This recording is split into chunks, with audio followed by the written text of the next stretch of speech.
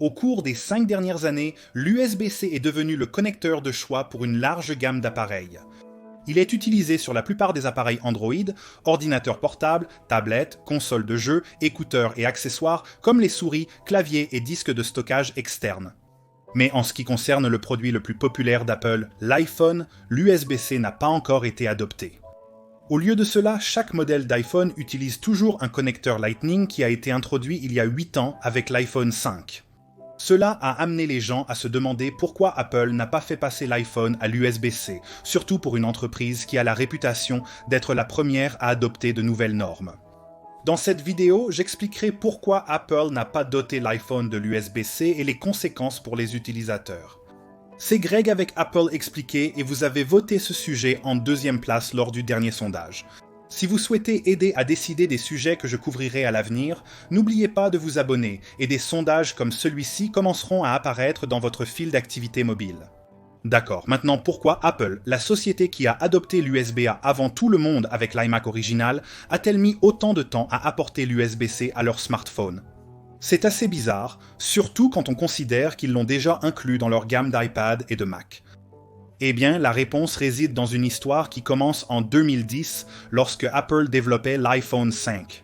L'appareil serait 12% plus petit en volume par rapport au précédent 4S, ce qui signifiait que le grand connecteur de 30 broches devait être remplacé par quelque chose de plus petit afin de libérer de l'espace pour d'autres composants. À l'époque, Apple aidait à développer la norme USB-C avec d'autres entreprises comme Intel, Microsoft et Samsung. Mais le nouveau connecteur ne serait pas prêt avant 2014, 2 ans après la sortie de l'iPhone 5. À cause du mauvais timing, Apple a été contraint dans un coin. Il pouvait soit conserver le connecteur à 30 broches pour 2 autres générations et sacrifier les designs compacts de l'iPhone 5 et 5S, soit ils pouvaient créer leur propre connecteur propriétaire et causer une fragmentation non seulement dans l'industrie des smartphones, mais aussi dans leur propre écosystème de produits. C'était une proposition perdant-perdant, mais Apple a choisi la dernière option.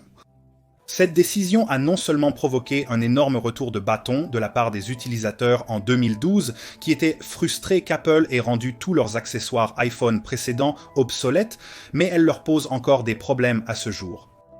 Par exemple, lorsque l'USB-C était prêt à être utilisé en 2014, Apple n'était pas en position de faire évoluer la gamme iPhone une deuxième fois seulement 2 ans plus tard. Ils savaient qu'ils devaient rester avec Lightning le plus longtemps possible pour éviter un cauchemar de relations publiques. Alors ils ont persisté.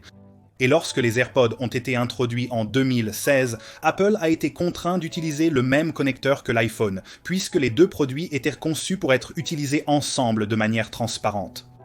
Lightning a ainsi été intégré à d'autres gammes de produits. Une qui se développerait dans les AirPods Pro et AirPods Max, qui devait également utiliser Lightning pour maintenir la cohérence entre les modèles. C'est presque comme s'il existait un écosystème iPhone plus petit à l'intérieur du plus grand écosystème Apple. Parce que tandis que l'iPhone et ses accessoires continuaient à utiliser Lightning, presque tous les autres produits Apple adoptaient USB-C. La gamme MacBook a commencé la transition en 2015, la gamme iPad en 2018 et le Mac Pro en 2019. Considérez également les autres modifications controversées apportées à l'iPhone par Apple ces dernières années.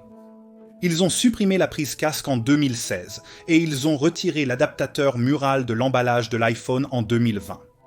Ces 2 décisions ont peut-être provoqué encore plus de réactions négatives que la transition vers Lightning en 2012 et ont amené Apple à réfléchir à 2 fois avant de passer à l'USB-C, ce qui ne ferait qu'ajouter de l'huile sur le feu. Comment Apple peut-il résoudre le problème de fragmentation des connecteurs à l'avenir ?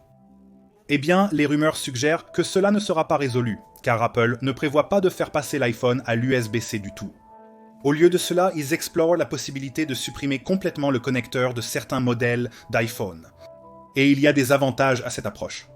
Un smartphone sans port serait plus résistant à l'eau puisque son châssis pourrait être complètement scellé, et il serait plus durable car l'insertion et le retrait d'un connecteur des milliers de fois peuvent causer de l'usure, l'accumulation de débris et des problèmes de contact. Mais comment le téléphone serait-il chargé sans port ? Eh bien, Apple a déjà mis en œuvre une solution avec la gamme iPhone 12. Les modèles ont quelque chose appelé MagSafe, qui est essentiellement un chargeur sans fil Qi entouré d'un anneau d'aimant. Cela rend l'expérience de chargement très similaire à une Apple Watch, un appareil qui se trouve également être sans port. Et si Apple veut inclure un passage de données sans fil, ils peuvent simplement emprunter le connecteur intelligent de l'iPad. Tout ce dont Apple a besoin pour créer un iPhone sans port existe déjà, et il semble n'être qu'une question de temps avant qu'ils ne fassent la transition loin des connecteurs filaires entièrement. À ce moment-là, je pense que chaque catégorie d'appareils Apple aura ses propres méthodes uniques de chargement. Leurs ordinateurs et iPad, que Apple a de toute façon qualifiés de remplacement d'ordinateurs, seront équipés d'USB-C. Leurs appareils mobiles comme l'iPhone et l'Apple Watch disposeront d'un chargement sans fil magnétique pratique à emporter, tandis que les accessoires comme les AirPods, la Magic Mouse et le Magic Keyboard continueront à utiliser Lightning, avec la recharge sans fil pour plus de commodité, lorsque possible. Cette approche semble la plus sensée, mais il faudra attendre de voir les décisions d'Apple lors des prochaines sorties de produits. Merci d'avoir regardé jusqu'au bout.